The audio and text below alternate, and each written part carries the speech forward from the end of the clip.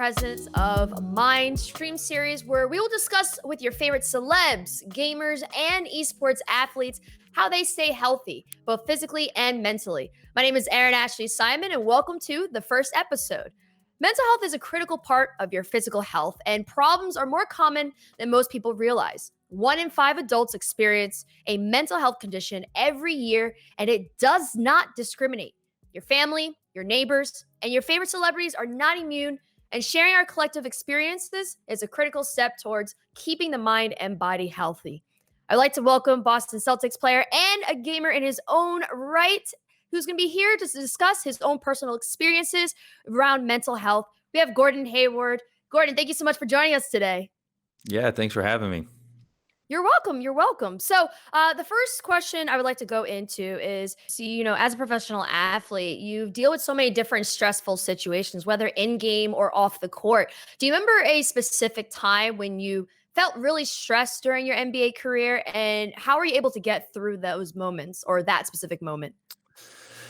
Yeah, there's been a lot of times I've been stressed throughout my career in the NBA. I mean, I think I can remember my very first game going into summer league being when I was a rookie, being pretty stressed about it, just nervous more than anything. I think a lot of rookies go through that where you're moving up in level and you I think kind of question whether or not you're ready, how it's going to go, what the game's going to be like, the speed of it, and everything. And I think more than anything, as I've had those types of moments throughout my career, I think I've tried to rely on the preparation that I put in, and then the visualization of seeing myself being successful, trying to kind of think back to my prep and think about how much I've prepared and all the stuff that I've done daily to get up to this point.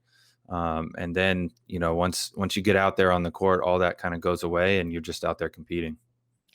And part of the preparation process, I feel like also that we all have our different coping mechanisms that we personally use to deal with high, intense, stressful moments.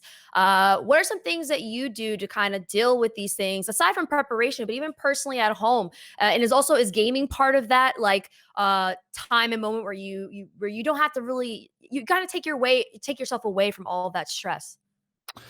Yeah, I mean, I think sometimes it's important to kind of get yourself away from whatever is whatever you're thinking about, whatever's stressing you out. I think when you're talking about not just the preparation, I mean, I think more than anything, especially for me, preparation has been the biggest aspect of me being able to calm myself, because I feel like I've put in the work. So then it's just time to go out there and compete. But other than that, I think after you've put in that work, you've prepared. I think getting away, and I can do that in a lot of different ways. Gaming has always, throughout the course of my life, been there for me, as a way to relax, as another outlet for competition, a way to hang out with friends.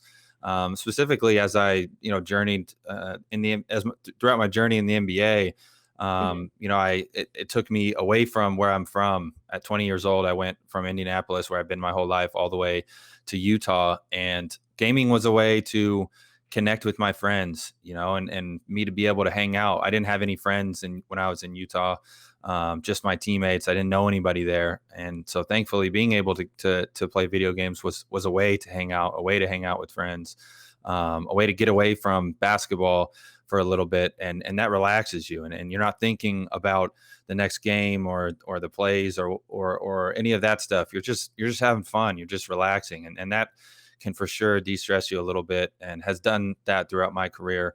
And then I think another thing that helped me in my career was honestly having a family. There's something about when you have children, when you get married, you kind of you're not thinking about yourself as much. You come home, whether or not I had a good game or not, the girls are going to give me a hug. They could care less. They just are happy that dad's home. And that is a huge way for me to get away from basketball, to be able to play with them, snuggle up with them, watch a movie, whatever it is. That is something that when I'm going into the moment, I can think about that and think, you know what, I put in all the time. I'm going to go out and do the best I can. And whatever the result is, I know that as long as I gave my best, my girls are going to be proud of me. My wife's going to be proud of me. I got nothing to worry about, nothing to be anxious about. So how do you handle those moments where you are, away from your family for a very long time? I know that, there are even within esports, we see professional athletes who have to go possibly to another country or go to a place that they're not familiar with, may not have friends, or may not even speak the language. So, to get a little bit of a insight to you being a professional athlete, how do you cope with those moments? Yeah, I mean, I can't imagine going somewhere where I couldn't speak the language. That would be on another level, a little bit more difficult. You'd have to be able to navigate locally wherever you're at without speaking that language. That'd be tough.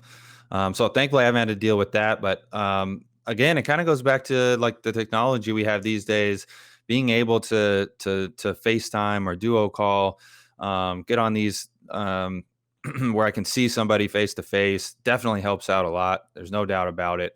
Like I said, playing the video games has been instrumental for me because it's like I'm able to hang out like I was doing in high school with my friends in the basement. We're still just playing video games together, and so certainly that helps. Um, but I mean, I think it's no matter what, it's always hard to be away from family. I think you have to accept that. I think that's one of the things that I've learned is, when stressful moments arise or when you're going to be presented with something that is going to be difficult and is going to be tough, you first and foremost have to accept that it's going to be tough. Not everything in life is going to go the way you want it to. Not everything that you're going to do is going to be exactly what you want in that moment. But certainly, if you accept it, like, all right, I'm going to be away from my family for 2, possibly 3 months here in Orlando, and that's going to be difficult. And then you can start to prepare your mind for that and realize that the reasons why you're doing it and kind of go through that list of those sorts of things, and that helps me too to get through those moments. Like, hey, I'm here to play basketball. I'm grateful that I get to play basketball, that I get to be on the Boston Celtics. I know it's not. I don't get to be with my family, and that's tough. But at the same time, I get to do something that I love. So those types of things help me get through those moments as well.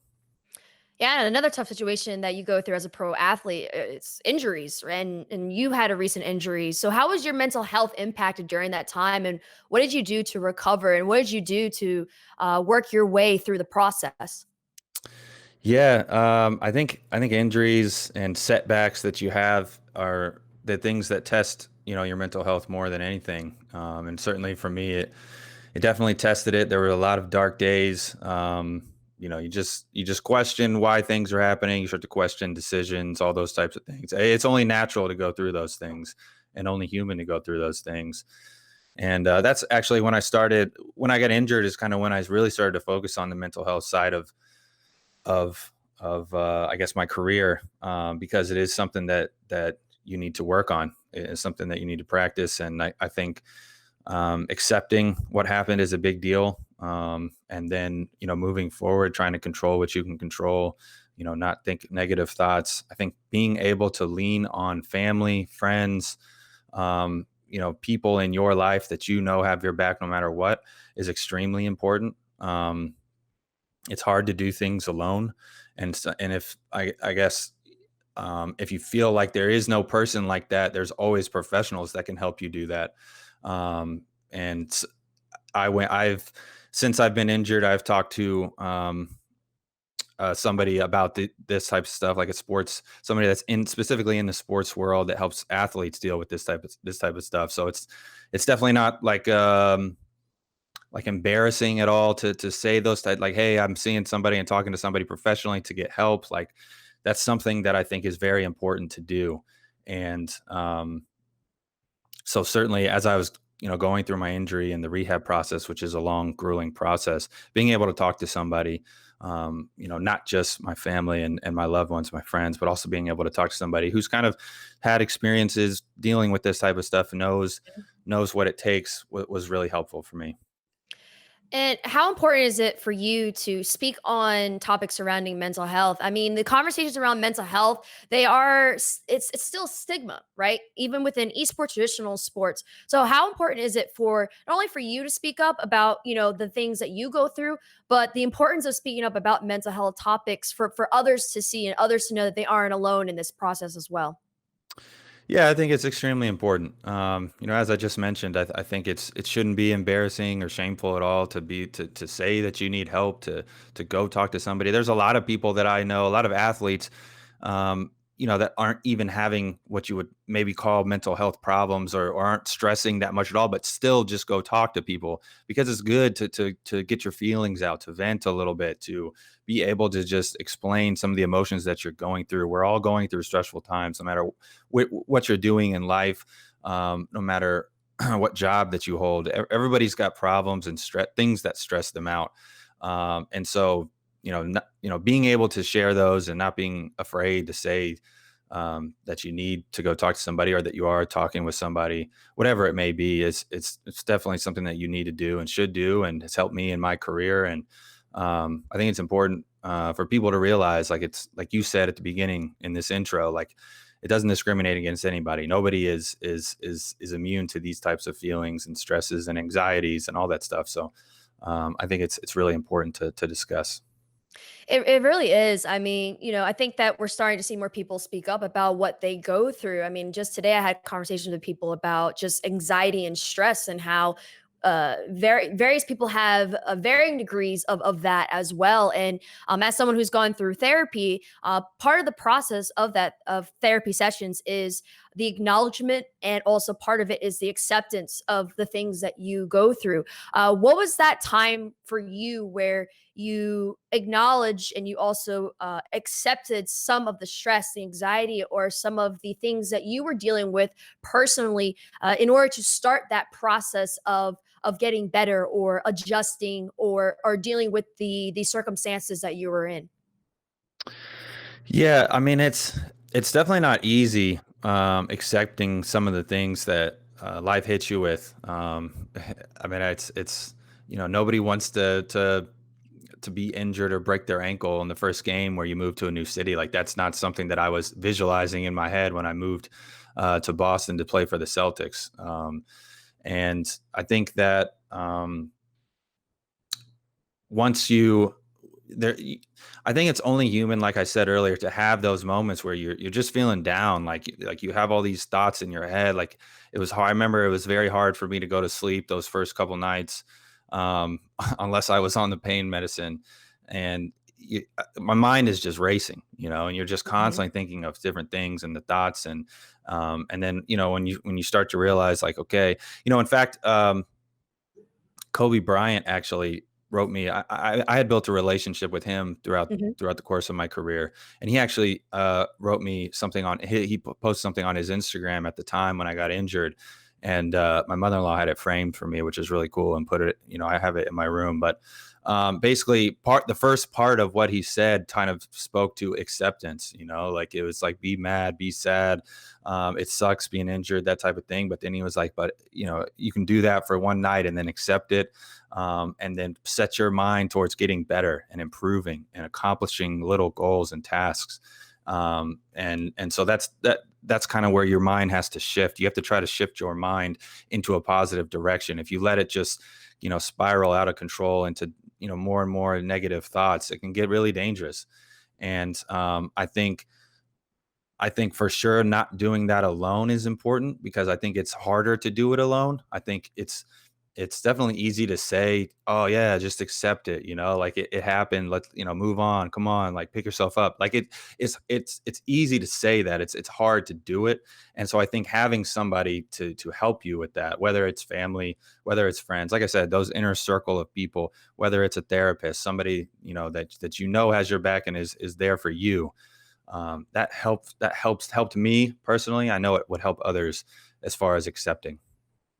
And how hard was it for you, not only for that acceptance process, but also the fact that, you being a professional athlete, you being, you know, someone who's, quote unquote famous, there's a spotlight on you for every single thing that you do, for good and for worse. So how hard is it to deal with these circumstances, deal with an injury like that, go through this process while having that media attention all on you? Yeah, I mean, I think it adds to the anxiety that you feel. And as and these are kind of just my beliefs, but as many good things as I think that social media can bring, I think there are a lot of negatives that social media can bring as well. And for an example, the day when I got hurt, the amount of support, the amount of messages that I received from everybody on social media was like incredible. I mean, it was from famous people. I mean, because it was like a worldwide thing, and from people that I didn't even know were basketball fans, like famous people that sent messages of support. Like that was really uplifting. But then at the same time, 2 weeks later, um, 3 weeks later, 4 weeks later, now you're starting to have other messages from people, saying that the Celtics don't need you, like all these other, like, because anybody, right, can write messages on social media, and they're definitely not all positive, as we all know. And so I think for me, one of the things with the being kind of in the spotlight was kind of getting off of social media. Like I don't look at social media anymore. I have social media accounts. I post things when I would like to. But for me, kind of getting off of social media and not worrying about it, because it was one of the things that the therapist and I talked about. It was one of the things that was stressing me out. Like you just sit there, especially when you're injured, you're just reading comments that I can't control, like I can't affect anything. I'm injured, and you're just it could just get out of control. Hmm. And so for me, getting off of social media really helped, just focusing my mind on my rehab, focusing on controlling what I can control, helping myself get better. Was something that kind of made being in the spotlight a little easier. Now, if you don't mind me asking, how much, or even for you, right? How has seeing some of those comments impacted you? Because I feel like a lot of times when we look at professional athletes or celebs or artists, just maybe not all of us, but some of us, we tend to put you guys on a pedestal, right? But it's important for, especially when we're having these conversations, it's important for us to humanize everyone and make everyone realize that someone like you or someone else that's known is just like everyone else. We're all human beings. So during that time, how did those comments impacted you personally? And then also just like what go through the process of like the moment you saw and just just all the emotions and feelings that you were going through when you saw those comments. Yeah, I mean, no doubt we're all human. Doesn't matter, the person that you look up to the most is still a human. And I think, like I kind of alluded to, initially, I'm filled with just um, um, like I can remember being in the hospital, kind of scrolling through Twitter and just seeing all these messages from people, and just I can remember like being uplifted and inspired. Like, oh my gosh, like all these people were watching, all these people are showing their support. Like this is awesome, this is amazing. And like I said, then 3 4 weeks later, when people kind of forgot about what happened and the season's gone on, now you're just seeing people comment, like I said, about being like Celtics don't need you. And I think more than anything, your brain, you could have one good positive comment like, hey man, the Celtics really miss you. Like, I wish you were back there out there on the court. But whenever you see the negative comment, that's the first thing that your mind like just fixates on. Hmm. And that's what you're thinking about.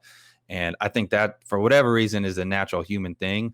And I mean, it was stressful, man. There was dark days for me, and like I said, it was hard for me to sleep. I think video games really helped me to try to get away from that.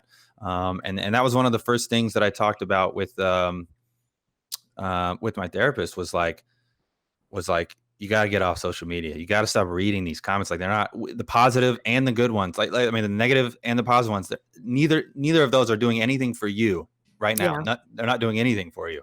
And so we like got off of that, and like I said, immediately started focusing on what I can control, which was doing my rehab the best of my abilities every day.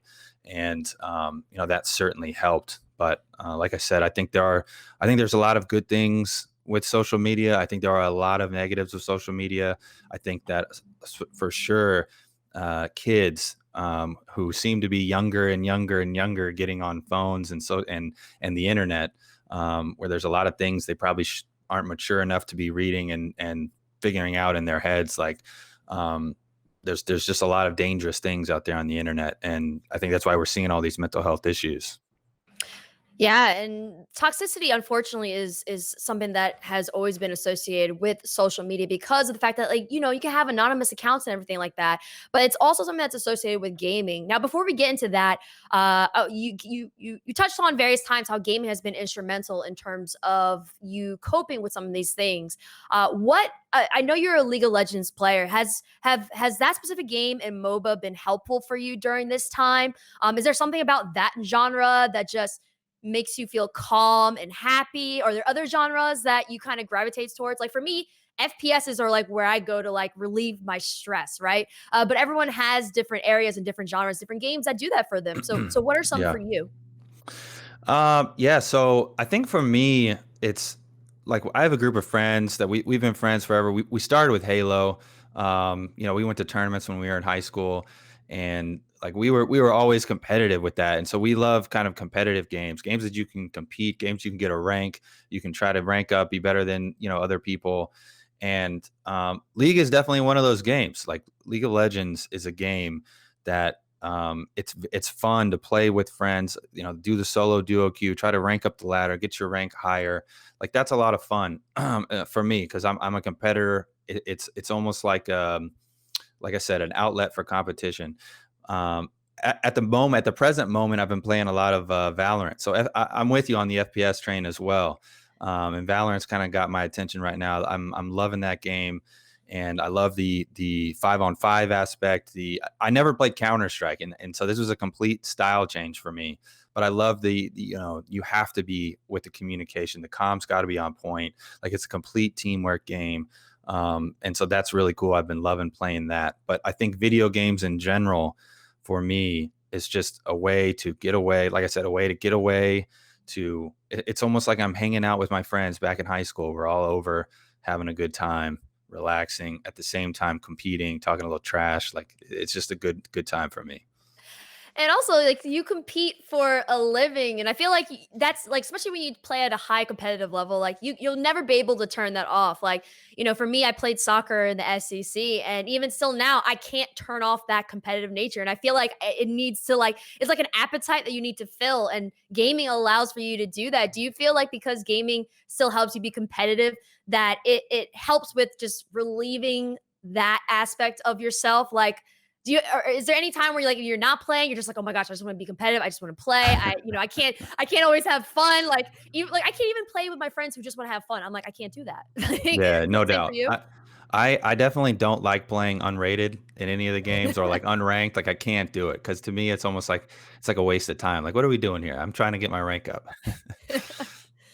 Yeah, I mean, so for Valorant, right? What about it for Valorant has helped you during just whatever feelings and emotions that you've been going through recently? Like you picked on the fact of that like FPS is for you or one of the genres that have been helping you in terms of gaming and competing. But what about that game specifically has been helping you? Um, I think number one, it was like a challenge. So it's like it was like I said, I never played Counter Strike. I never got into Counter Strike. I was always a Halo guy. So I never played PC games growing up. And then everyone was talking about this game. I tried it and hated it. I uninstalled the game after one day.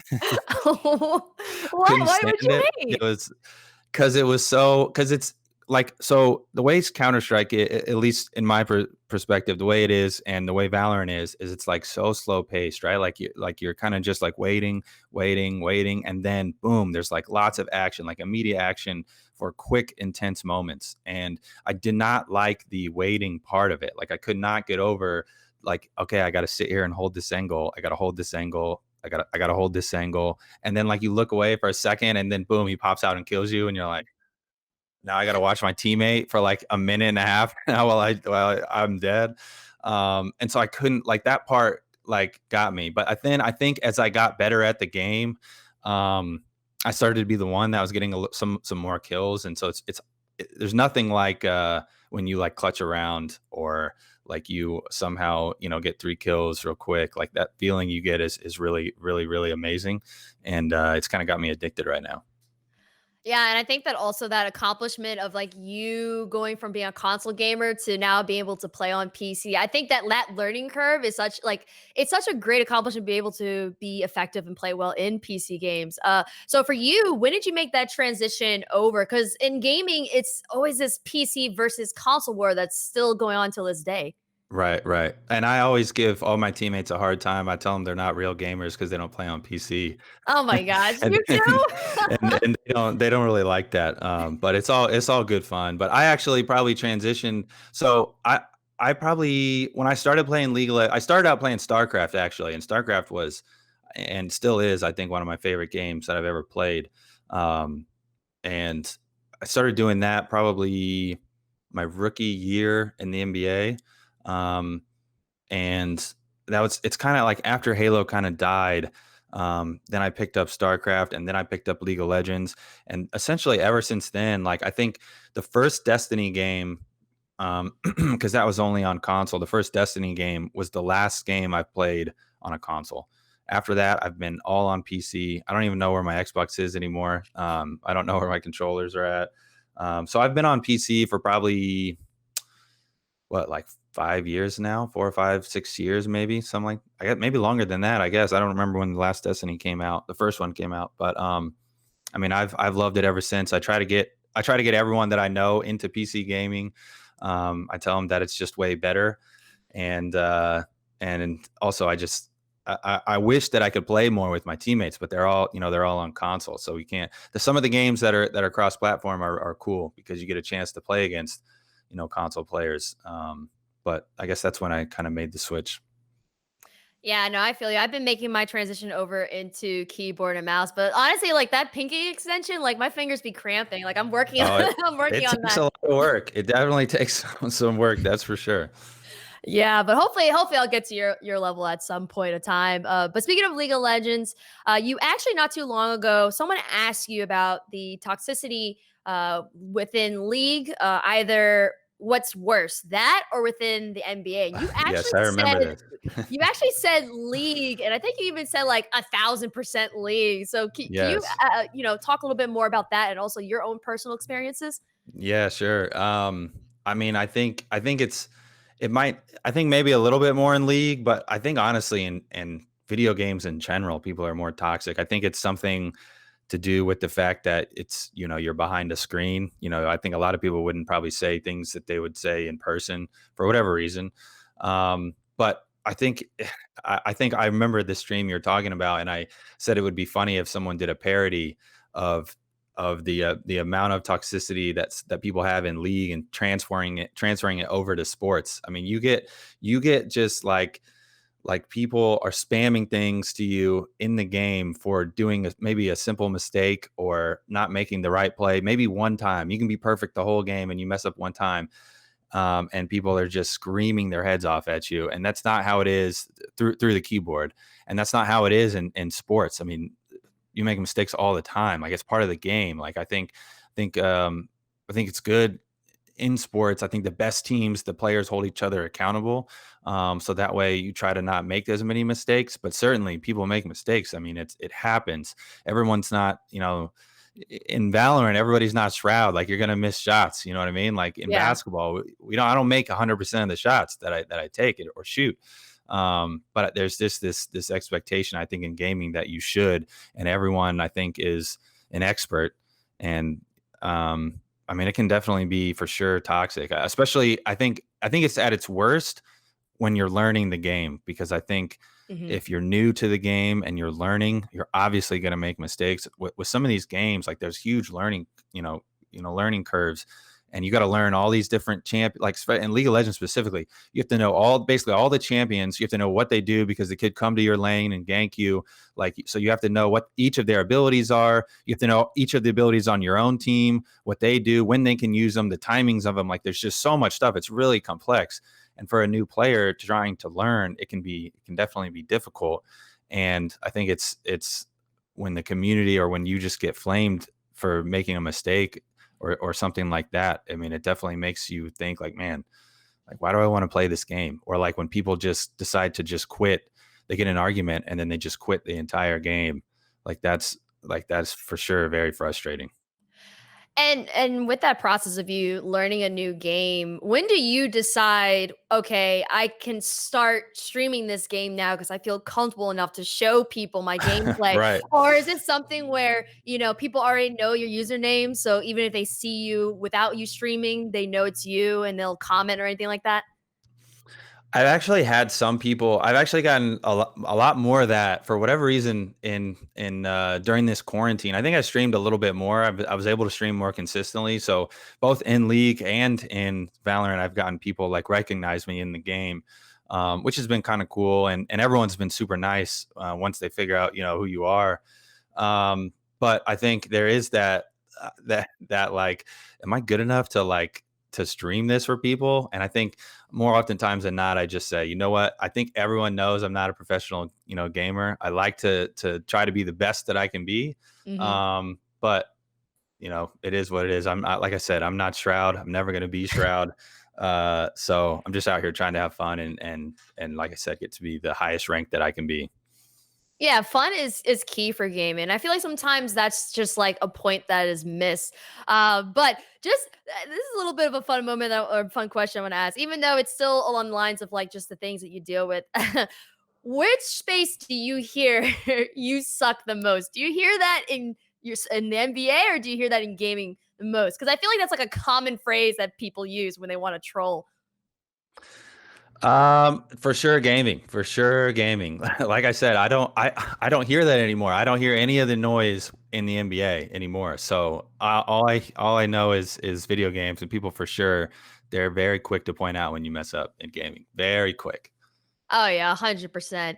And with everything that you know about gaming, before I get to this question, are any of your daughters interested in gaming? Do they watch you stream or anything like that? Yeah, I think they're for sure interested. They come up here all the time and want to sit on my lap and watch. I am excited to be able to hopefully play video games with them in the near future when they get old enough.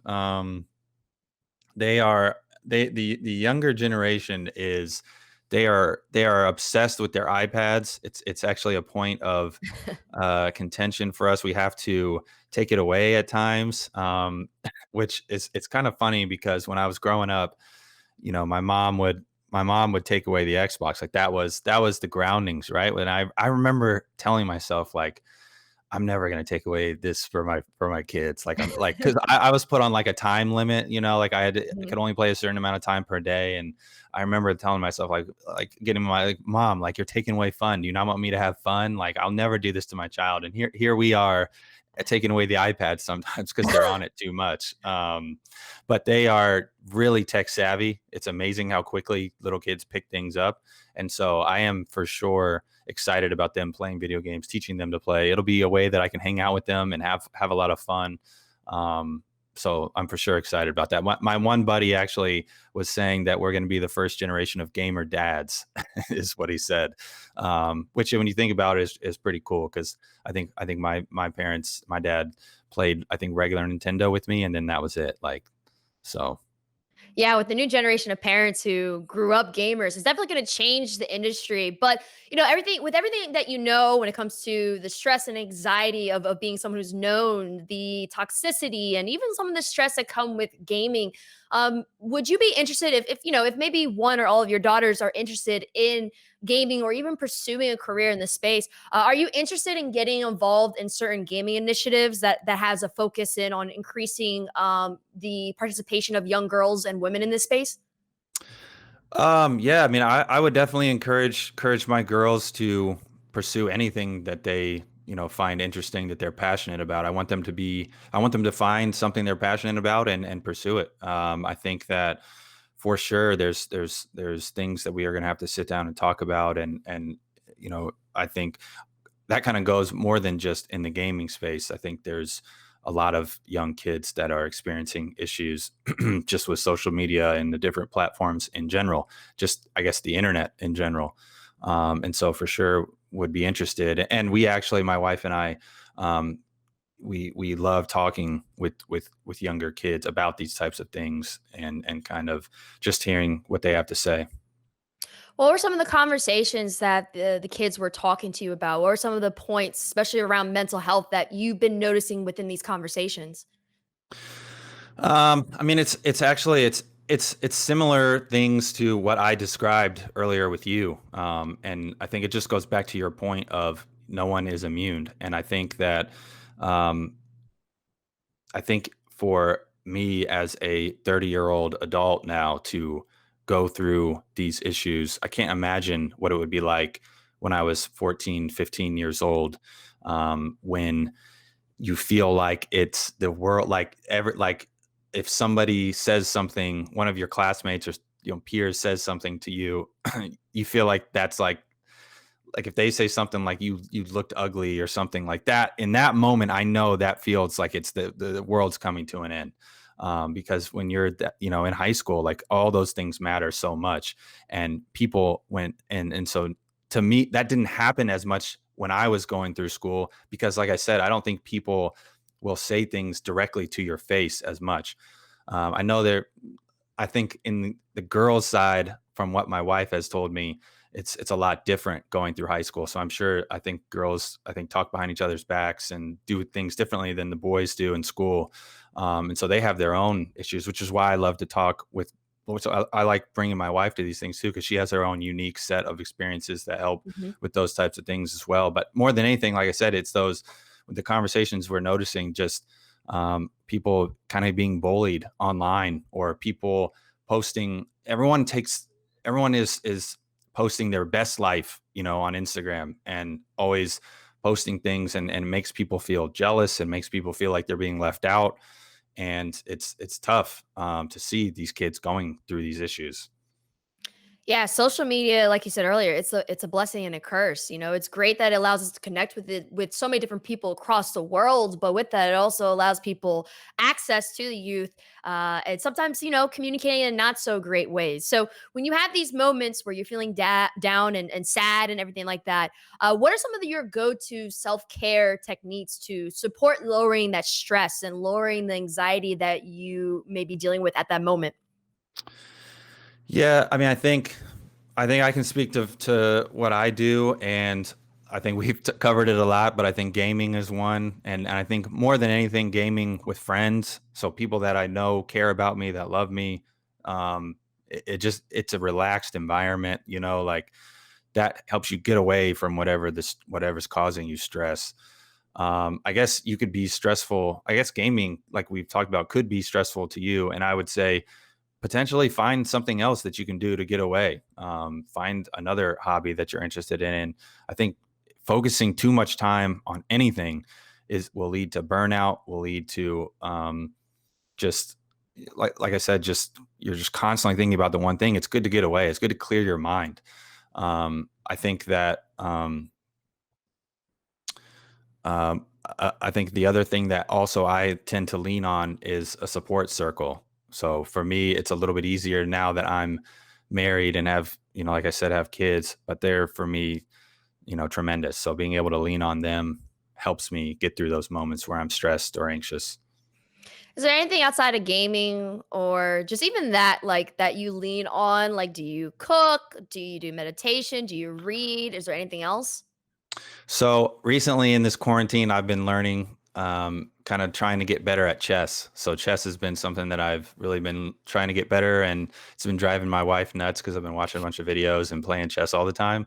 But it's chess has been another one that's been really cool, and I think it's a great game. And I think now it's really cool because they have, all these online chess, and you can play a game in like 5 minutes, and like, so you can constantly be playing. If you wanted to be like, whenever you want, you can get a game. And I think that's really cool. And so chess has been something that I've kind of done as well. Meditation has been something that it's something that I need to do a better job of.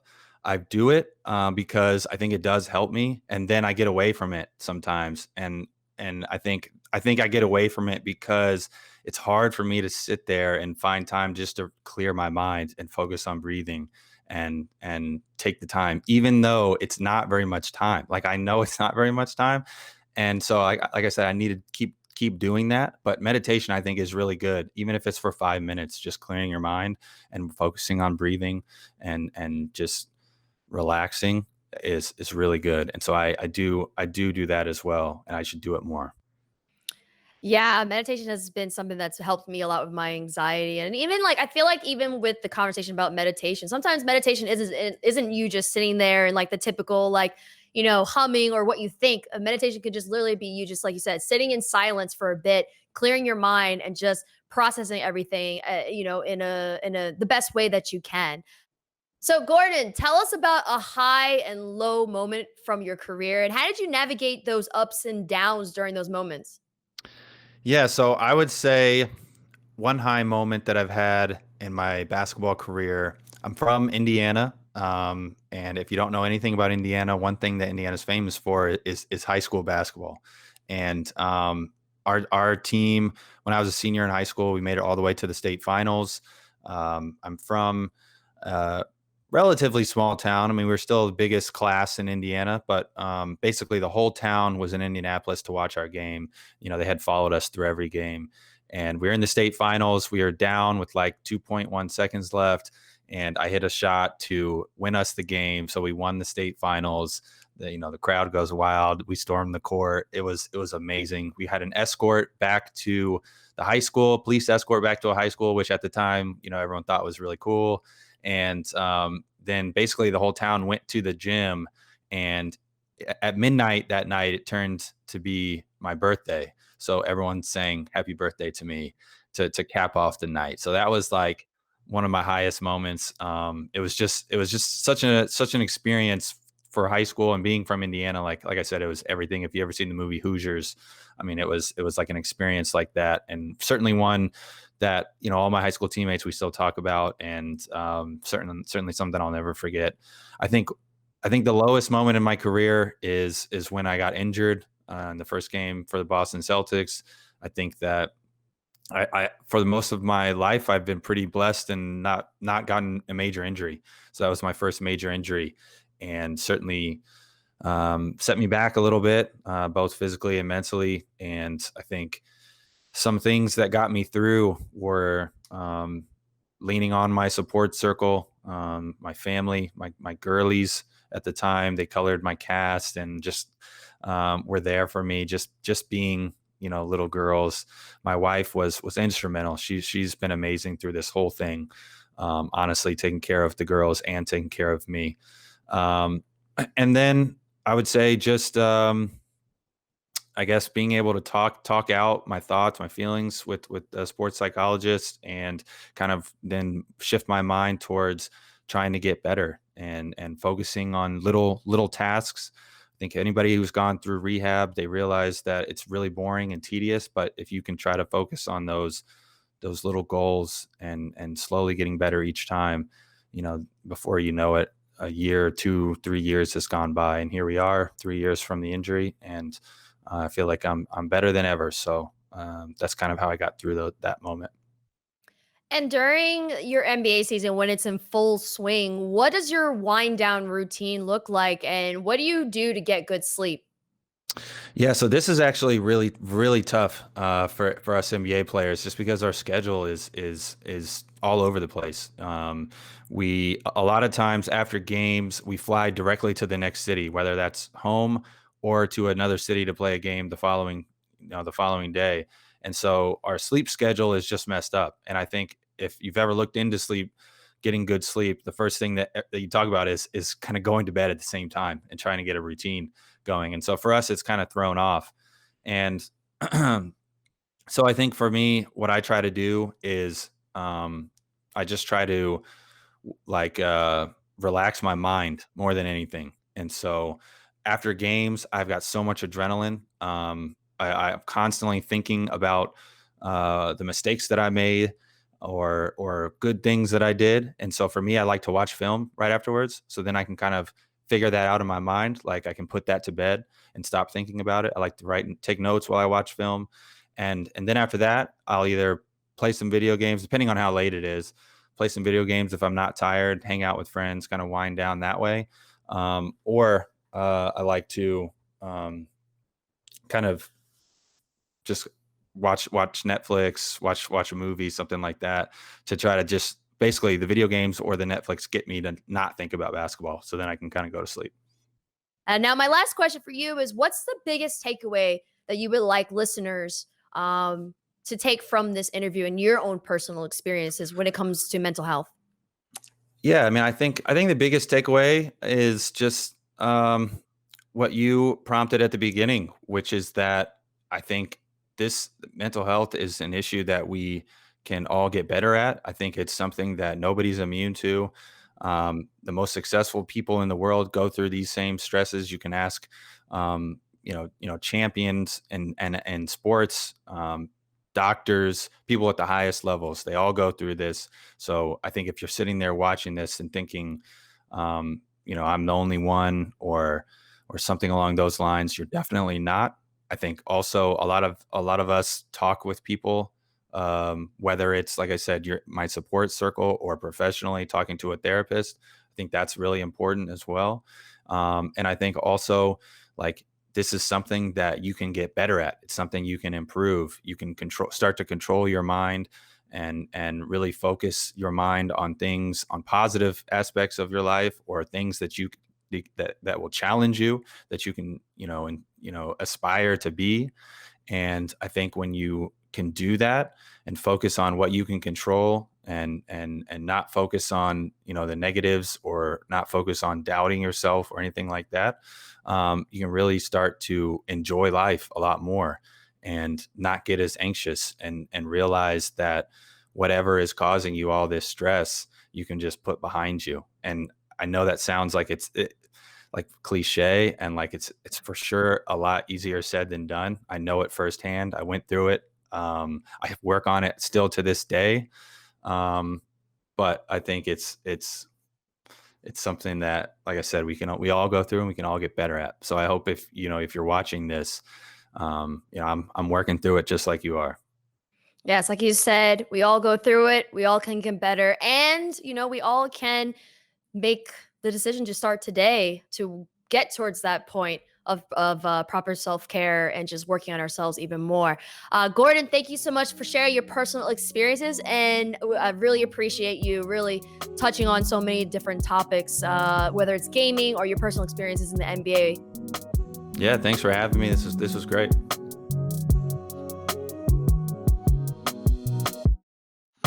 I want to welcome Voyboy to the show. All right, so we're gonna get right into it. Voyboy, like I said before, it's very nice to meet you. My name is Erin Ashley Simon. So there's actually, I wanted to start this off a little more on a light note before we get into the further extensive conversation around stress, right? But this one thing doesn't bring you stress. It definitely brings you a lot more joy. Can we talk about SpongeBob and Patrick?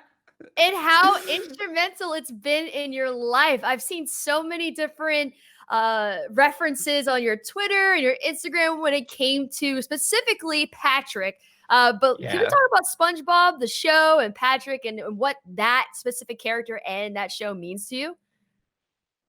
Hell yeah. This is awesome. This is the best show interview thing I've ever done.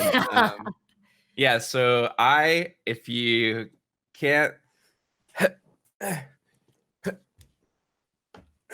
if you can't tell, I love SpongeBob. I love Patrick. It was my favorite cartoon growing up. I remember so many years just watching with my dad. Like if I was having a rough day, or I had too many projects, too much homework on my middle school, elementary school plate, whatever. I knew I could always just turn on Nickelodeon, watch some SpongeBob, just forget about it all for a little bit. And it's been kind of something I've always gone back to throughout my life, even before I started streaming or making content or playing pro or whatever. I used to always also really identify my dad with Patrick, because we'd always watch SpongeBob together, and he's just really silly, aloof, goofy guy. And I don't know, it always just brought me a lot of comfort to kind of symbolize my dad and Patrick together. So I guess kind of me loving Patrick as a character and being obsessed with him and falling in love with him and stuff like that, it's always nice to just always kind of get reminded of my dad as well. But But yeah, I don't know. It's just there's so much, you know, so much in the world that's not too happy, that's not perfect, but it's just always nice to remember that there's always like the good, wholesome laughs and fun and enjoy that I can get from just watching some old school SpongeBob and Patrick being silly and all that stuff. So yeah, I definitely really love SpongeBob, really love Patrick, and it's definitely meant a lot to me throughout my life for sure. And also, it's been impactful as well in the sense that recently you posted a photo of you with a Patrick painting, and it was a painting that was very similar to a painting, or exactly like a painting that was in one of the episodes. And I thought it was interesting how it kind of, in a way, it was like making a dream as a kid, now as an adult, making that dream come true, and has an interesting correlation to you playing professionally and being a streamer and making the interest in gaming, and more specifically League of Legends, into a reality as well. So where do you draw, I guess, that I don't know if it's motivation or taking something you're passionate with and turning it into a reality as an adult or even as younger? Like, where do you find that correlation between that moment with SpongeBob and the painting, and then even just making a reality with your gaming career? That's a good point. I never really thought about it like that, but I can definitely see the correlations. Yeah, so definitely when I was a kid, there was this scene where Sandy and SpongeBob walk into like her tree dome, and she's like, and like, when did I acquire all these paintings of Patrick? And like, these are 3 of the paintings that are on there. There's actually like, I think like 6 or 7 of them. And as a kid, I was like, man, that'd be so fun if I just had a room that like, you know, had all the paintings, and it just like, it was just a complete, you know, reference to that scene. So I'm working on it. It's one of my life goals to keep, you know, over time. It's not a rush, just at my own pace, collect all these paintings. This was the first one that I got, and then, you know, these were the second that my girlfriend got commissioned for me on my last birthday, which was a crazy surprise, but you know, it really gave me the motivation to keep going and get them all over time. But yeah, so like as a kid, I loved video games. I was like a good student, did a lot of extracurriculars, played sports and stuff, but the thing that would bring me the most joy and the most happiness and just, you know, euphoria growing up was always just playing video games, no matter what it was, whether,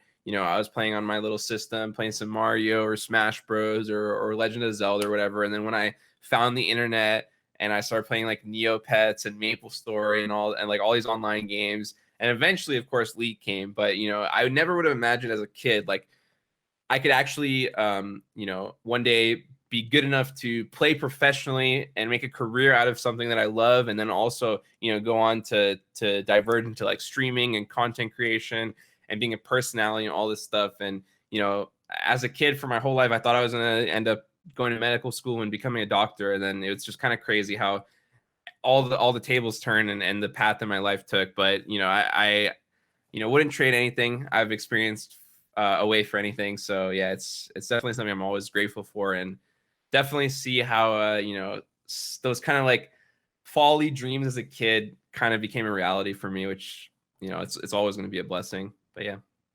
Oh yeah, it's always a blessing to take, like you said, those moments, those passions, those interests as a kid, and turning them into reality as an adult. And for you, during that entire process, as you were making the transition into a career within the esports and gaming space, was there ever a moment where you had, what, you know, imposter syndrome, or you had a moment of I wouldn't say inadequacy, but maybe doubt, and not just doubt based off of what you've gone through? But I saw you posted on Instagram a photo, and your caption was referencing that there are going to be people, no matter what, who are going to always put an asterisk next to people's accomplishments. How are you able to deal with some of these comments and criticism during your time? And did you ever have that imposter syndrome moment when you were playing professionally? Yeah, so definitely, to what you asked, I've been, you know, playing pro or making content for like almost 10 years now.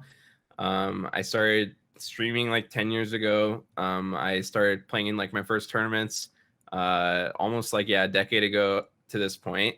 And you know, whether I was at the top, my team was smashing. We were the best team in the world, or like one of the best teams in the world, and people were like, "Oh, Voyboy's only the best top laner because he plays Lee Sin, or he plays a Kali, or oh, these champions are broken, or he's only rank 1 because X or Y, or Dignitas isn't that good or whatever. Oh, he's not the best."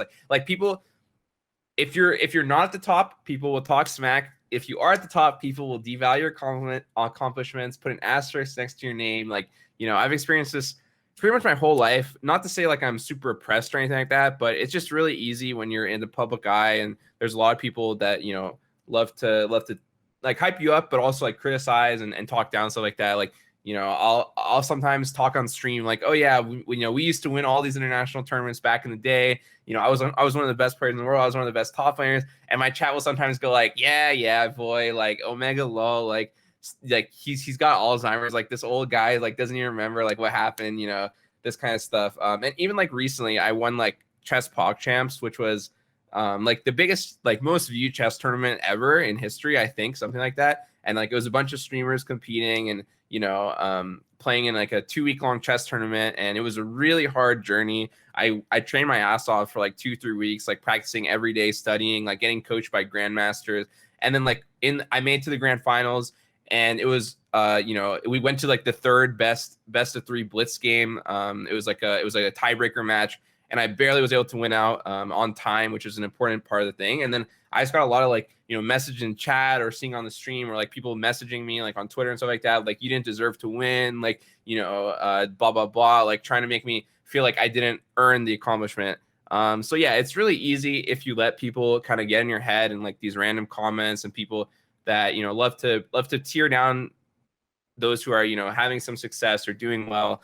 It's easy to get inside your head, it's like, damn, like maybe they're right. Maybe I'm not good at chess. Maybe I wasn't ever like, a top league player, but you just have to like ground yourself and remember, okay, imposter syndrome is a thing. It's easy to doubt yourself. It's easy to feel like, you don't deserve where you're at, or you didn't accomplish what you did. But it's natural. I've seen so many people talking about it. I've seen a lot of my co-workers and friends and stuff like that in a similar position, a similar mentality. It's just really important to ground yourself and remind yourself like, okay, not in like an arrogant, like cocky way, but just like, okay, I am who I am. I'm proud of what I've done. No one is perfect in the world. No successful person, no world champion. No one's ever not doubted themselves or struggled or failed at some point in their career. But the important thing is that you're just always working towards your next goal, your next dream, your next vision, and picking yourself back up, and not letting those like cloudy thoughts and doubts like actually affect your next moves and your next actions. And you just always focus on what is true to your heart and what you want to accomplish, and you just keep working towards that, and you really can't go wrong. And it's interesting that, you received some of those comments when it came to you competing in chess, because you did mention how there are similar things or similar relationships between chess and league. And the one thing I've also noticed is I was told by someone who plays chess that strategy and mathematics are very instrumental within chess itself. And so I'm not surprised to see someone like you, who's very, very solid at league, do well. But then I've also noticed that even Hearthstone players are really good at chess as well. Do you feel like sometimes there's that one-dimensional view that sometimes people give you just because of your career and the content that you do? I could see that. Yeah, there's definitely a huge correlation between like strategy games and chess and even league. Like I remember in 2011, I did an interview, and I once compared chess to league, and playing top lane to chess. It's like, a constant war of attrition. It's a strategy game. It's every individual action, every, micro with your champion, every back timing, every time you attempt to freeze, that's akin to making a move in chess, or making a sacrifice, or an investment into like your late game, stuff like that. And there's a lot of correlation, right? There's a lot of things you can draw from any strategy game and apply it. Like logic is so important in league, in chess. It's the core foundation of everything. And yeah, I think for sure, like there's a lot that you can learn and carry over from the interdisciplinary lessons between the games and beyond chess and league. But yeah, I definitely think that You know, playing chess as a kid, my dad actually taught me it when I was growing up, and I love playing chess. I would always beat my family and like all the old people and stuff like that. And then so I think that actually helped me get an advantage when I started playing League and when I was playing pro and stuff like that. Because I just like I think now people have definitely gotten better. Like a lot of the strategy and stuff like that is more fundamental to being like a pro player. But back in the day, I remember like, you know, when I figured out like how to freeze waves and like, you know, how to like, you know, mind game my opponent and how to get like an edge and like, you know, how to strategically build, like this was a lot of stuff. Like it seems silly, but like this is a lot of stuff that no one would do like back in the day, like on like top pro teams. And I definitely think like, you know, just having played chess for years, it kind of helped me develop that kind of strategic mind in a way that let me get an edge over some of the competition. So yeah. Well, I would love for you to expand on that. You know, I'm very, very interested in what components of chess have helped you with developing unique strategies within League. I mean, you're known for your knowledge and your uniqueness to your strategy, and also your wittiness and your calm demeanor, and also you're very known for playing, you know, really innovative builds in League, and are a major advocate of frozen mallet. So, how did you did chess kind of help and I guess make you think or help you think outside the box when it came to experimenting like that? Hey, shouts to the Frozen Malice squad. Yeah, for sure. Like, I think just being willing to explore any possibility, right? Like, sorry to like, yeah, yeah, no, it's like I love talking about this, but I don't know if I'm going too deep in the chess League analogy. But basically, like, when you're playing chess, I'm not a grandmaster by any means, right? Like I'm roughly now after training and winning POG champs, like roughly a 1600 level player, which is pretty good, but I'm no like, you know, world-class player. But just the important things to consider whenever you're playing game of chess is you look at the whole board, you try to evaluate what is every single move that I can make with all my pieces, what is the opponent looking to do, what are their like, you know, total encyclopedia of options for both players, right? And if you can quickly calculate those and compare the notes and figure out, okay, these are his options, these are my options. If I do this, you know, he'll move here. Then you think a few steps ahead. You know, if you think about the way I approach League in a way is very similar, right? Like when I play League, whether I'm in a game or like I'm sitting there like staring at the champion list, staring at the item list, like thinking about strategies, like taking notes, like writing stuff down, like I'm literally usually thinking about every single possibility, right? A reason I'm able to innovate and like come up with new strategies over like the past 10 years of me playing League is because I'm not afraid to like, I don't care about what anyone else is doing. I don't care about what the pros are doing. I don't care about, you know, what Faker's doing. I would just look at the math and the numbers of the champion's kit and the items and just try to figure out, okay, you know, when Nico's released, you know, okay, everyone's maxing Q on her into E into like going full AP. What if I max W first and then build full attack speed and use that on hit effect? I know no one didn't see anyone talking about it. I did it the first day she came out, and then that suddenly becomes like a top pro build, you know, in LCS and meta and stuff like that. And then Riot has to nerf it. You know, when Victor was buffed,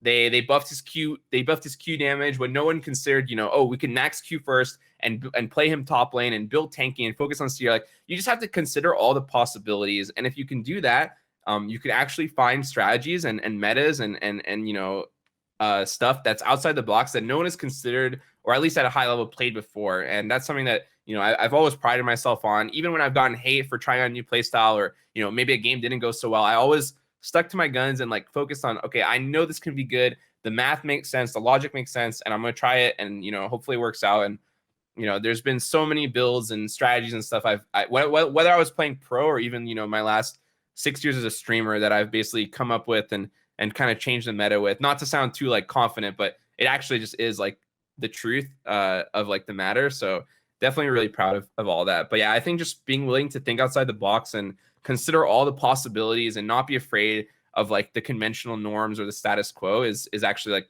it seems like so philosophical and stuff, but it actually does help a lot, even when you're playing like something like League of Legends. So yeah. And considering all the factors is not just about, you know, considering the factors from a strategic standpoint, but even like considering all the factors from like a stress factor, it was interesting. There's a study recently that showed a correlation between the stresses that traditional sports athletes go through versus esports players. And they were reviewing actually CS:GO players, and they've come to the conclusion that esports players can receive up to 51 stress factors. Obviously, one of them is being miscommunication via team miscommunication, which is always a big thing. But how have you been able to adapt in whether it's changing strategies to help you with coping with the stresses of the high competitive level? Yeah, so that study doesn't surprise me.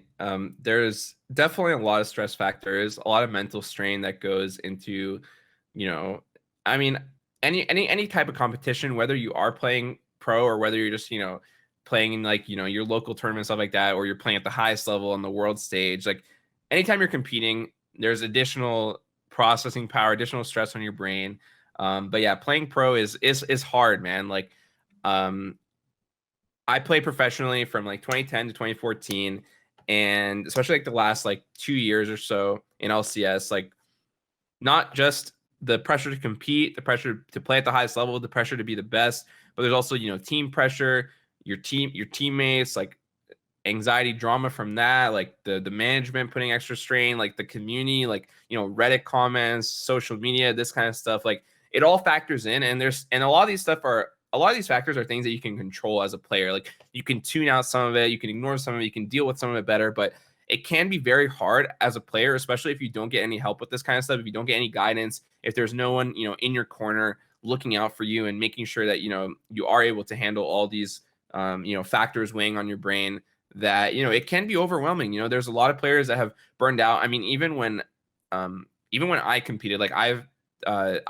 dealt with, my own battles. Like I've dealt with depression and anxiety my whole life, but like ever since I was like a teen. But when I was a professional player, like my anxiety was so bad. Like there was times where I would I would literally get like physically sick like the day before the games, or the day of the games, and like it would be really, really, really hard for me to just like level myself and balance and like stay in control and stuff. And I would sometimes I would manage to overcome it, but sometimes there was a few matches where like I was really struggling, like while I was up on stage, and I didn't want it to happen. It was like out of my control. I would just be like, feeling sick and, really, really trying to pull the reins back on myself. But, I still would go out there. I would still compete my best. I would still sometimes pull off some big plays or pop off and carry a game. But sometimes, I wasn't able to be at my best form. And it's something that, is real and does affect a lot of players and should for sure be addressed and talked about openly. And everyone's different, right? Everyone's body, everyone's brain, everyone's mind deals with stress and these kind of factors differently. But, you never know what kind of struggle someone is going through unless you talk to them about it or they bring it up kind of. So, yeah. And yeah, oh, trust me, I deal with anxiety too. And even though, I'm not a pro player in any shape or form when it comes to the esports scene, I did play soccer at a very, very high competitive level, even up to D1 in college. And so there's so many factors because your livelihood is attached to your performance. And if you're not performing well, it can affect you in so many different ways. And so the one thing I've noticed though is that esports is starting to bring in therapists as a way to help these players and teams compete at the highest level. Was that an option for you? Was that something that was provided to you, or is that something that we're just starting to see a lot more recently within the scene? No, it definitely wasn't. I would say, yeah, like comparing now to back in the day, it's really night and day. Like there's just so many more resources. People care a lot more. There's a lot more understanding for, the struggles that people and players go through. So yeah, I mean, I think if that kind of stuff was more open and more accepted and like available to players back then, it would have helped so much. And for sure, it would help me overcome some of those battles that I was going through. But yeah, I think it's a huge step in the right direction for sure. Like every team, every LCS team should have someone that is focused on every LCS or competitive team should have ideally someone who is focused on, mental health or sports psychology, someone that cares about what the players are not doing in game necessarily, but what they're going through out of game, what they're thinking, what they're dealing with, the factors, and how to best help and control those. Like, for sure, like that would help so much if a team doesn't have it already. So what do you think? What do you think is helping to improve the attention towards mental health discussions? I know that when we see players burn out and want to retire at a certain point, or they're talking about some of the challenges they go through, I think that people being vulnerable and discussing some of the challenges they go through is really helping to further that conversation. But what else do you think is needed in order for an even healthier conversation around mental health and esports to continue, and in the gaming world? And also what you think is needed to kind of help with continuing to provide resources for not only for pro players, but just everyone across the board? For sure. Yeah. So as someone who struggled for a very long time and has been pretty open about it, I think I've tried for so many years to talk about these things, to raise awareness, to encourage people to get help and not struggle alone. Try to do a suicide prevention and awareness charity stream, like at least once a year, and do what I can on an individual level. But I think it's super important to come together as a community. I think it's really easy to get swept away in like the whole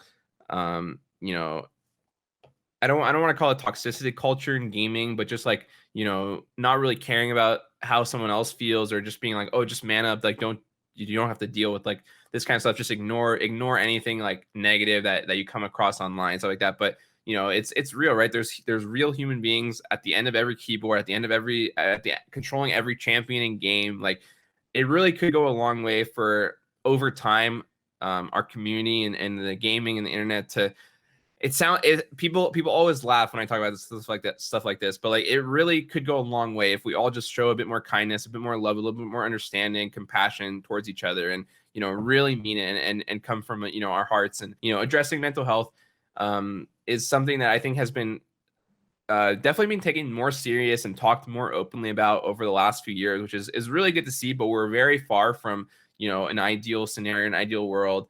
It's been really cool to see people like a Healthy Gamer, GG, Dr. K come through and be such big voices and help so many people in the community, and just show people that there is other options. There is a way where you can get help and you can be okay and you can talk about what you're going through and you're not struggling alone. Like, those are such important things for everyone out there to understand and really take to heart, and not only try to like seek how to address their own problems and their own issues and their own struggles that they're going through, but also how to be a better friend and homie for everyone around you, whether it's a friend, a family member, or a stranger. Like, it's a crazy world out there, but we got to try our best to be there for each other. And even if like even if the people that hear this and the message that I've been trying to spread for like years and all these like initiatives, even if it only affects a few people's mentality, or if only reaches a few people, like that could be a few people that can possibly change their life for the better, or that little bit of kindness that someone else spread might make their day. And you never know, like, the butterfly effects and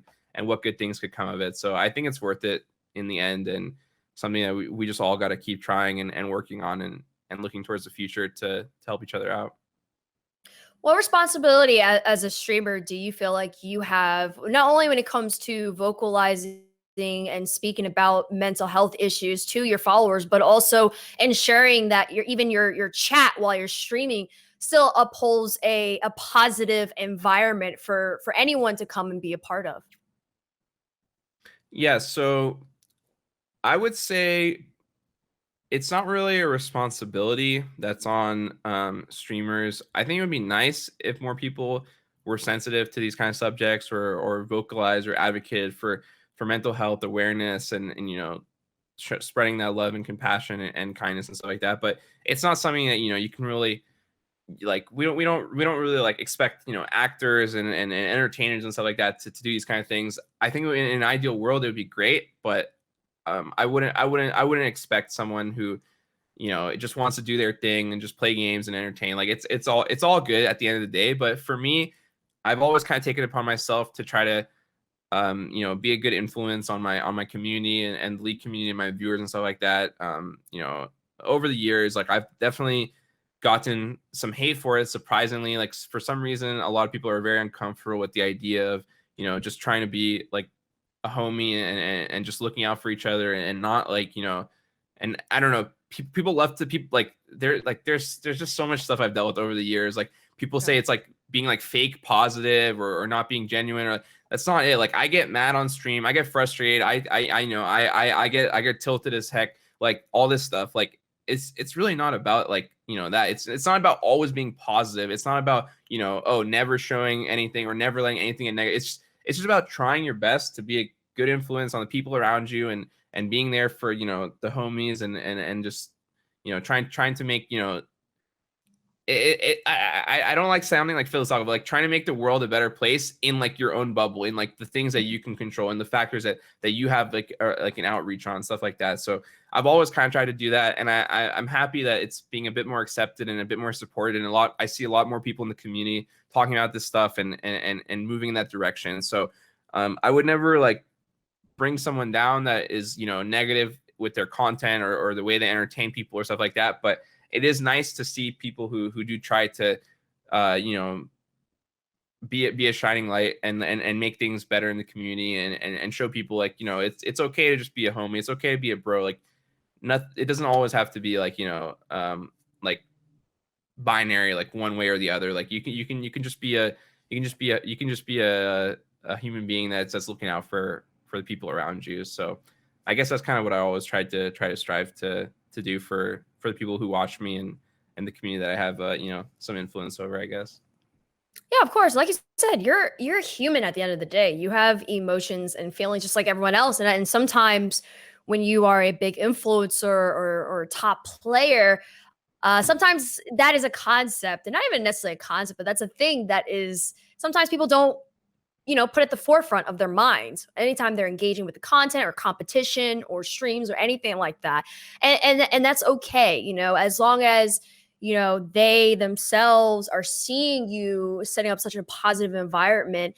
Hopefully they will feel influenced to do the same as well. But during those times where, people say things about you, right? Because at the end of the day, you can't win over everyone. And some people troll, and there also are just, not so nice people in the world. When you have those moments where you either get tilted or you just are really upset or just emotionally distraught, like how do you go about with self-care techniques to help you with lowering that stress and lowering that anxiety that you deal with? Yeah, for sure. So I won't lie, I've been doing this for like 10 years and it's still not easy, right? Like if I'm having a rough string of games, if I lose like 5 in a row, I'm getting like, spam gank, people are laughing at me for losing or having a rough game. Like it can be hard, right? Like there's always a lot of supportive people, a lot of homies in my streams and in chat and stuff like that. And people that understand, like everyone's been there. Everyone's had a rough day. Everyone's had a terrible game. Like it happens to literally everyone, even the people who are, coming out to flame or say whatever. But and it's really easy as a streamer or as a pro player to like see one Reddit comment or like one thing in chat and be like, like, oh, you think like this guy's flaming me for this, and he doesn't even understand like what happened. Like he doesn't have the context, or he's like he's like being malicious about it. And it's so easy to just like get caught up in that and be like, no, actually, like, bro, you don't see it, like you're not seeing it the right way. Like I had to dive there because the enemy team was getting Baron, and if I didn't sacrifice myself, like we would have lost even harder. Like it like that stuff doesn't matter, right? It's not about being right. It's not about rationalizing it. It's more about how you feel. And something that I guess helps me sometimes is if I'm getting a little overwhelmed when I'm streaming, like I'll just be like, hey guys, I'll be right back. I'm just gonna take a quick break. I'll just mute my mic, turn off my webcam, just like walk away, sit down like in my chair in the other room, and I'll just like kind of relax, like take some deep breaths, like remind myself like it's all good, like it's might be having a rough day or whatever, or it might be a bad game, but at the end of the day, I've been through this before so many times. It happens to everybody. It's not something to get overwhelmed with or caught up in, and just try to reset, take a little breather, and I'll just like, take a little walk around, stretch a little bit. I'll come back.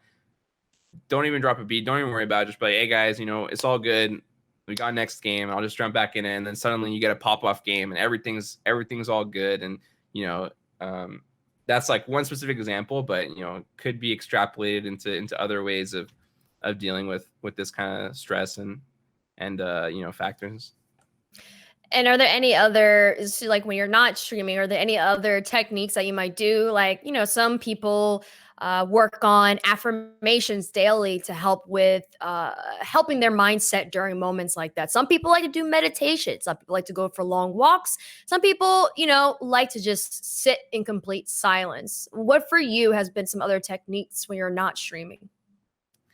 Yeah, so I have a little journal that I write most days about like what I'm looking forward to, doing that day. And like at the end of the night, I'll be like, oh, what are some like positive things that I did or accomplished, or, some stuff I have to look forward to.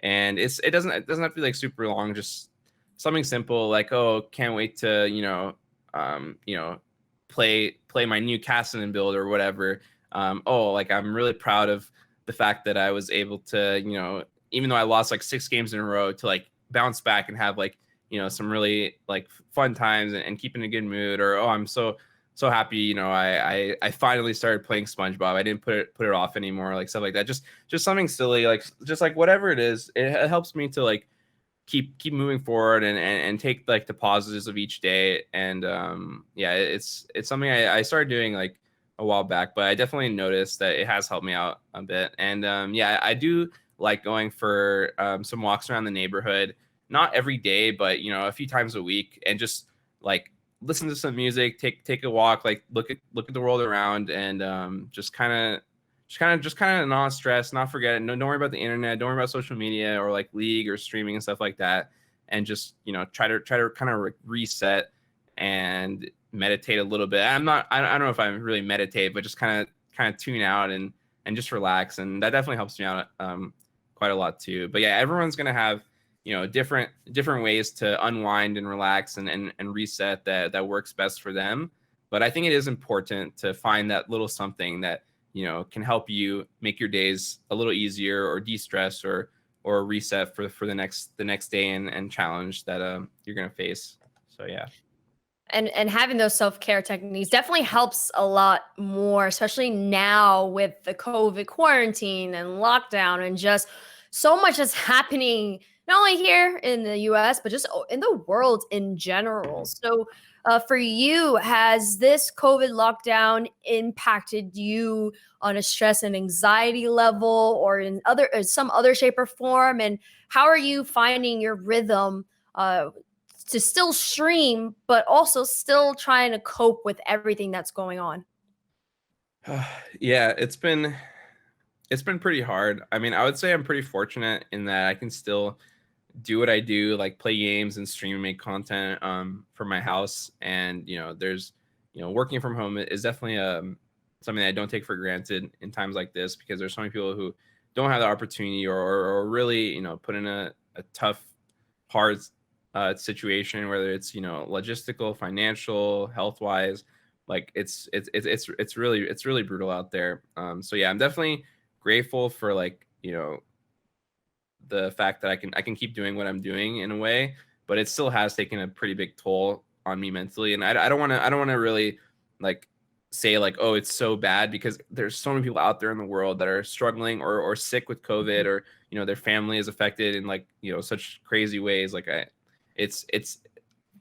definitely lucky in that sense. But Yeah, and I completely understand, what you go through. Like my mom has a lot of health issues, and I'm with her right now during this time. And even Mhm. even if I don't go out myself, there's still like that base level of anxiety that I'm going to have the entire time that COVID is an issue, just because I Yeah. deal with anxiety too. And it's like it doesn't go away. It's just finding the self-care regimens that help you deal with it. For me, it's working out, it's going for walks. It is even sometimes just meditating, sitting in silence. But the thing about, anxiety for those who are listening, it's not always something that we can easily turn off and be like, okay, let me just turn this off and just go on my day. Like, no, it can stay with you day in and day out. And even when you don't expect it, it could just get out of control and worse out of nowhere. And we all have different triggers that kind of contribute to that as well for those who deal with anxiety. Now, those are just some of the pressures around this COVID lockdown for just you as an individual and your family. But are there any pressures that come with streaming right now? Because there's so much attention on streamers, there's so much attention on gaming, there's so much attention on esports, because in terms of content, it's the only really content that's been everyone's focusing on it. It's been put on even media platforms, and a lot more non-endemic brands are looking to this space because traditional sports has been on such a halt. So what kind of pressures do you deal with during this time as a streamer? Has it changed? Has it increased? Do you feel like it's the same? Yeah, definitely. There definitely is a lot of pressure on streamers in general and myself. Like,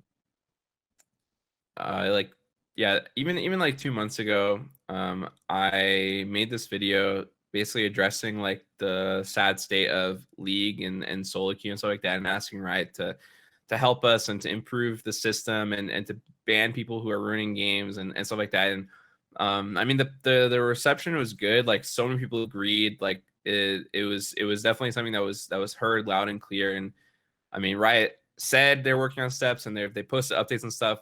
The situation hasn't really again been fixed yet, but these things take time. But I didn't really expect the kind of backlash to me specifically. Like, I've definitely noticed a lot more people kind of coming out of the woodwork to try to like bash on me or to like undermine or make fun of or bully me in different ways, and like like they'll just make stuff up. Like, they'll try to get like Reddit threads upvoted, like calling me a hypocrite, and it's like like it's just like lies or like stuff that's like it's like a montage of me dying in a game, like edited to like try to make me look bad and like not showing any context, like just like weird like crazy stuff that like started happening like the last few months. And I've been trying my best to not really worry about it and like not really talk about it because it just gives them more attention. I'm just mentioning it here because it is kind of weird that there has been a lot more of that kind of stuff going on. But yeah, there's definitely a lot of pressures that streamers face, whether it's from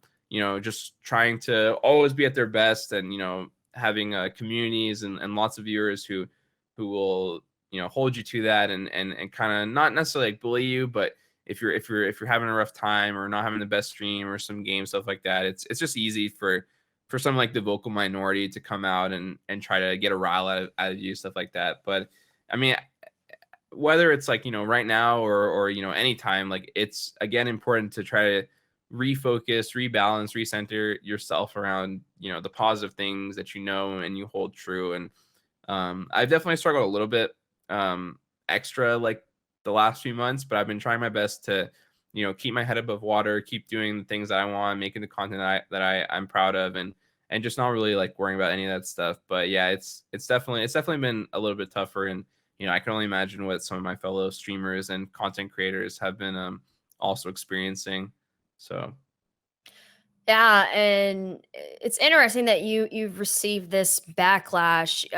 Even talking to Gordon Hayward, Gordon was even talking about how Gordon is awesome. But he was even talking about how he said in a comment before that League and certain individuals within the league itself is more toxic than what is like the fans and engagement within the NBA. And like he even said he's had to like not go on social media for a combination of things, right?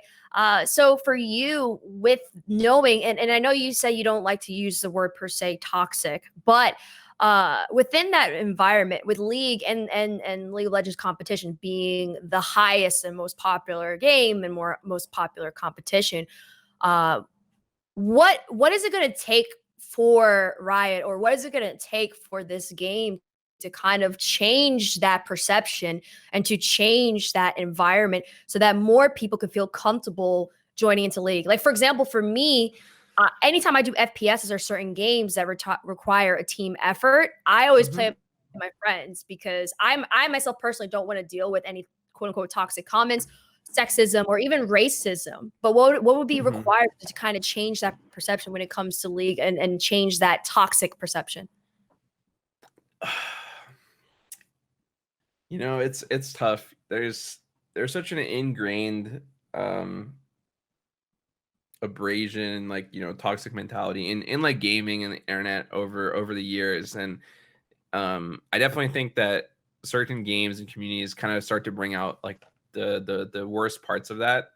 But honestly, I really wish I knew. Like, I really wish I knew. Like, I've been trying like my whole like basic career and time, like being like a public figure or a pro or a streamer, to like kind of work on that and in the League community and like with the platforms that I have. And you know, it's tough. Like, I've always tried to be a positive influence. I've always tried to encourage people around me to do the same and set a good example and you know, just show some kindness to the people you're playing with and your viewers and everybody. Like, it's something that is really important to me because, you know, that's just how, I mean, that's how I grew up. That's how my mom raised me. Like, she always was looking out for, you know, people who were in poverty or you know, didn't have the same opportunities that everyone else did, and always encouraged me to like look out for everyone else and show some kindness and show some love. And you know, it's really just like something that is important to me. And I wish there was a better way to get more people to embrace that. And there's a lot of awesome, amazing people out there, but sometimes it feels like it's very easy to get drowned out by all of like the negativity and the toxicity in gaming and the internet and the League community and stuff like that. But yeah, I mean, it seems like a pipe dream, but you know, I would love for, you know, one day to be some kind of like shift in the community or content creators, and like for not to like put down anyone that is toxic or people that flame or that go too far. Like, I think banter and like, you know, trash talk, like that kind of stuff is fun. Like, there's nothing really wrong with that. It's just people who are actually like malicious and actually like, you know, trying to bring down those around them. Like, there's just too many people like that in gaming and like in like, you know, hiding behind like the anonymous names or characters, whatever like that. So, you know, it'd be great if we could make gaming a more, you know, kind, like inclusive place. People are gonna laugh when they hear me say this. Like, I've been laughed at so many times over the years. Like, it sucks, but like it's a dream. Like, it'd be really cool. It'd be more fun for everyone in the community. It would be more, you know, welcoming to newer players like you, for example. Like, if you wanted to try out League of Legends and, you know, you were scared of getting, you know, bashed on for being a new player or not being good or whatever, if you're trying to stream, like, there's just so many angles for people to come at someone these days. But yeah, it definitely would be like a wonderful thing. I don't know exactly how we go about that. I've been trying for a long time to spread that message, and you know, I think in some ways a lot of people do hear it, and hopefully it has made some kind of impact. But on a wider scale, I don't know, and I don't quite have the answer. And it's going to take time, right? It's like you said, it's not going to be an overnight solution. It's going to require so many different elements, whether it's from the publishers themselves, players, gamers, or even moderation tools. It's going to take a lot of that. But however, I think it's really cool that, for example, you know, speaking of Gordon, that we're seeing traditional sports athletes who are entering into the scene. And I feel like, you know, with your professional esports and League competition background, it's like you guys are able to relate on such a similar level than maybe others. So having these professional athletes or having people like Gordon who are in the scene, does that kind of help with, you know, having someone that can relate to you, even though they may not be a pro gamer themselves, they can relate to be on a big competitive level, having millions of people looking at them, having millions of people praising and or criticizing them. Has that been kind of like something that's been kind of nice and helpful with seeing that transition of traditional sports athletes into the scene?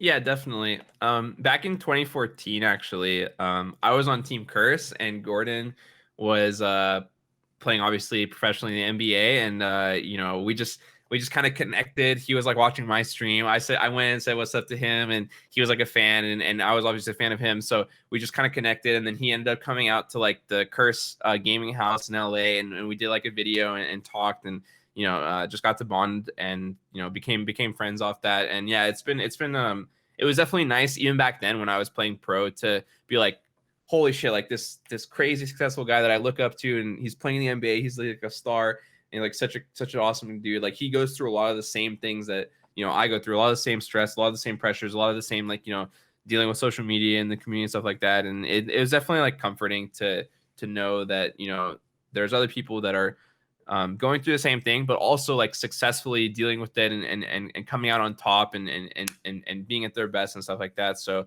it was definitely a really awesome experience to connect with Gordon. And yeah, I think it just shows how like deeply connected we all are as humans, and like esports and professional sports, stuff like that. Like there's a lot of correlations, a lot of similarities. Obviously it's not the same, it's not a one-to-one, but we can learn lessons from the different disciplines and transfer them over and try to help better support the gaming and esports communities and teams and players and all that stuff. So I think there's definitely a lot to be learned and a lot to be said about that for sure.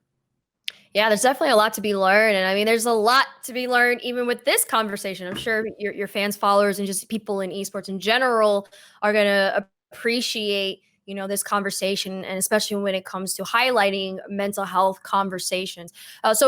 One thing, the last question for this, what's the biggest takeaway that you want the listeners to leave with after listening to this episode?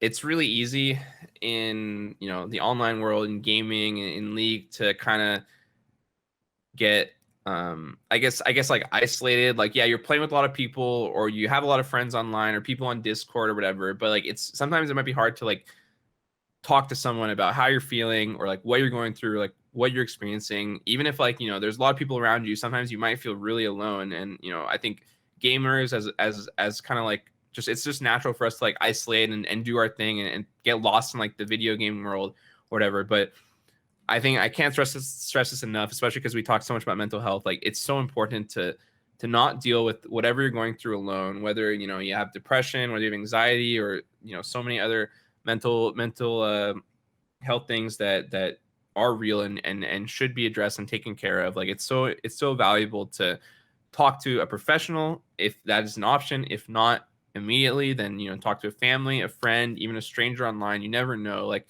who could be there and who could make a difference. And we're all in this together, like especially with the state of the world and COVID and quarantine, like all this stuff. Like it's so easy to get lost and washed away and feel like you don't matter, or you're not being heard, or all this stuff. But it's paramount to make sure you're in touch, you're talking to someone, you're opening up about how you feel, and you're making sure if you're in a position where you do need to get some help, that you take the steps, the baby steps, and it can really make a difference and help make your life in a positive direction and for the better. So yeah, it's so important to take care of yourself and open up and talk to someone. And yeah, I would just say, like, if anyone out there is struggling, like I've been there, Erin, you talked about it as well. Like we're all human beings at the end of the day. We all go through our own battles, and no one will really know what anyone else is going through unless you're living inside their head, or they tell you exactly how they're feeling. But we all just got to keep looking out for each other, show some kindness, show some compassion, and look out for ourselves and those around us, and just try to make the community and gaming and our lives a better place. So that's what I would hope some people would take away. I think that's a great takeaway. And hopefully, by listening to your story and what you've gone through, it, maybe it'll help someone. At the end of the day, even if it helps one person, that is one step closer to making the world better, like you said. And also, hopefully, they'll take away some of the resources that we're going to provide in this podcast as well. Voyboy, thank you so much for taking the time to speak to me. And thank you so much for opening up about your own personal experiences with mental health. Hey, thanks, Erin. I really appreciate it. It was a pleasure. So thanks for having me. Thank you to both Voyboy and Gordon for sharing their personal experiences. And thank you all for tuning in to the first episode of Presence of Mind. Remember, the first step to improving your total health starts with prioritizing your mental health. If you're interested in learning more, head on over to findyourwords.org. It's a great place to find mental health resources. Once again, my name is Erin Ashley Simon. Thank you for tuning into the first episode. I'll see you guys in the next one.